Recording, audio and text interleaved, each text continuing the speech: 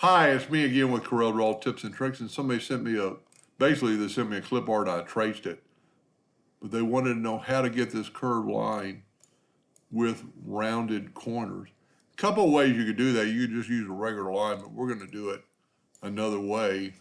So just take on this, it's got a curve, so I'd use my 3-point line.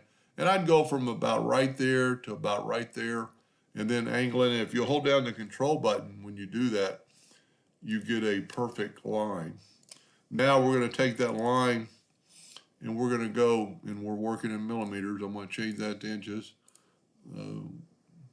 Let's make it 1/4 of an inch, see what it looks like. A little too thick, so we'll make it 1/8 of an inch. And we're going to put round caps on it. Now we can take that line, go up to Object, turn the outline into an object, and we're going to left click, right click, and you see we have that shape. Now we're going to take the name. It might be a little bit too big, so I'm going to reduce it. I'm going to go ahead and left click, no fill, right click outline. And I'm going to go, it's still a text.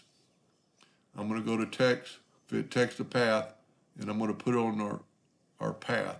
Now, because it's a double line, it's going to kind of jump around, but you can always take this right here and move it down ever so slightly. It really needs to go a little bit more down, but see, it's going to do that. You could actually now go to Object, and what you're going to have to do is select the whole thing, go up to Object and break the text apart, and then with your nudge factor set on like 0.001 or 0.1, we can nudge that text down just ever so slightly. Now we should be able to weld this.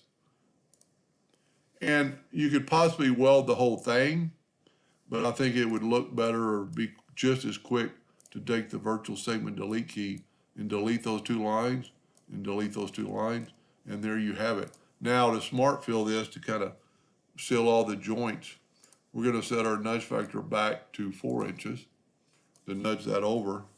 We're going to take the smart fill tool and fill this in.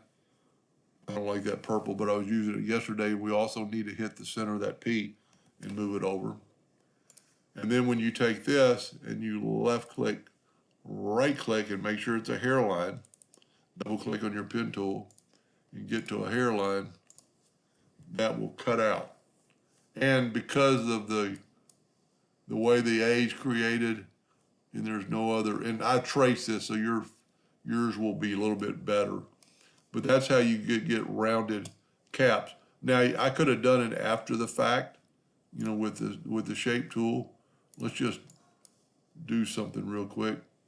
Let's right click on this and turn it into a line.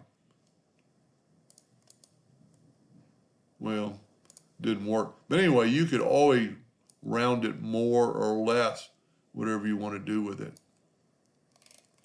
Anyway, I hope it helped them a little bit. And thank you for watching.